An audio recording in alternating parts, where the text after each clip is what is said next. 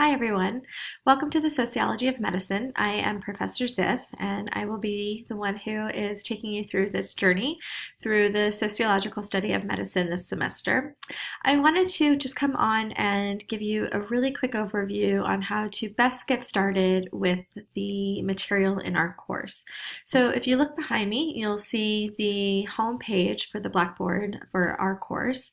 And if you go over to the left-hand side under content, you will find the first folder of information that I think is going to be helpful for you and a resource for you throughout the entirety of our semester, and that is the Start Here folder.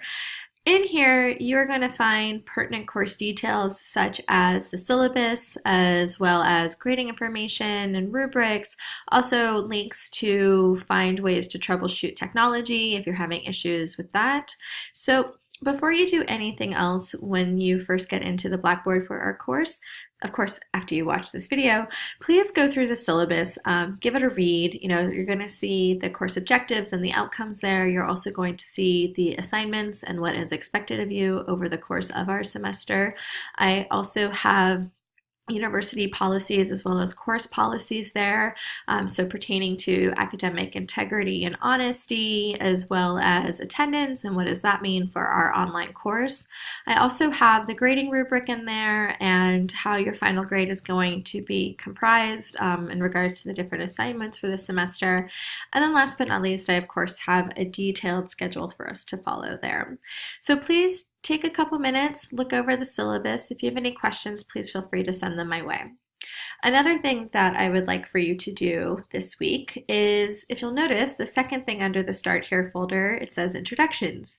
I have set up a discussion thread where we can go on and introduce ourselves. I will be posting an online video there as well to give you a little bit more just about me and my background and my research interests, but I would like for you all to log on and make sure that you post a little something about yourself before this Friday.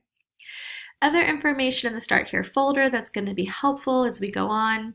So this is course-based information, the gradings, the rubrics, but notice I also have links to a lot of the CSUB resources. So I have the tutoring centers, the library, the disability services, bookstore, etc. So at any point of the course, you can always come back here to try to find information if you need to troubleshoot anything. I also, if you notice on the bottom here, have a few links that are going to become helpful during the course of our course.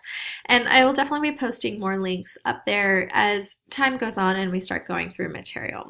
So like I said, first week, please start here, read the syllabus, introduce yourself, and then we'll start rolling. Now, as far as content goes, I'm going to go back to the content folder. Just bear with me for a second here. Now notice Unit 1 here says Social Production of Disease and Illness. And so in weeks 1 to 7, this is the first phase of our course. We're really going to sort of be setting our foundation, looking at the social components of disease and illness, etc. Now I just want to give you a quick overview of how I've laid things out. So if we click on Unit 1, all right, each week has its own content folder. I've also posted the material that you're supposed to read that week and the assignments that are going to be due. So if you go to week 2, you'll notice that we have a couple of chapters that you're supposed to read from our book, which is The Immortal Life of Henrietta Lacks. And you also have one reading from our reader, which is the Sociology of Health and Illness, Critical Perspectives. I assigned y'all a different edition because hopefully it'll be cheaper than the brand new one, but the readings are exactly the same. At least the ones I signed are exactly the same.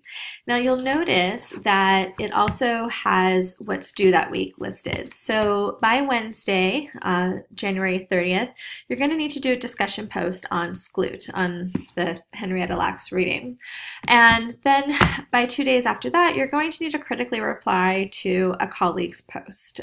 So I'm looking for you to actually engage with what they say, not just say, oh yeah, good point, or you're wrong, but to really take a stance, maybe agree with them. If you agree with them, say why you agree with them. If you disagree with them, say why you don't, etc. And then you also are going to have an online a quiz, which is going to be based on the reading from our reader. And now, before you panic, if you click on week 2, maybe something will happen. There we go. So every week is going to be set up as such where you're going to have reading outlines from myself. So this is going to appear one of two ways. One, either I will do a video kind of giving you a mini lecture through the reading to sort of help you and guide you to find the key points that I want you to take home. If I don't do a video, then I will just do a good old-fashioned outline, a Word document that I'm going to post and will hopefully be helpful for you as you go through the reading. I've set up the discussion so you can go ahead and do your discussion post at any time, and then each week a quiz will pop up for you to take in the appropriate week folder.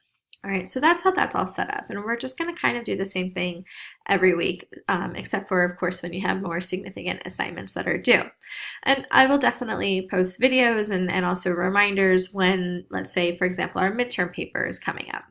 Now, if you go into the discussions tab, you'll notice all of our posts are already set up.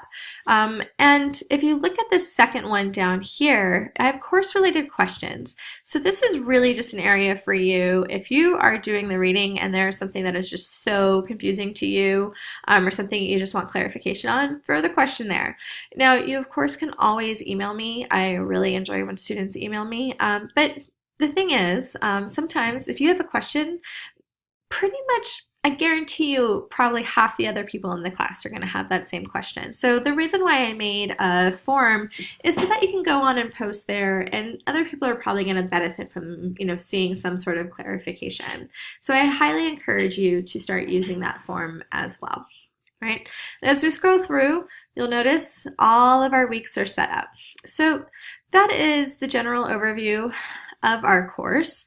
Of course, if you have questions, send them my way. And hopefully, as the weeks go on, it'll just become a little bit more intuitive and hopefully user-friendly.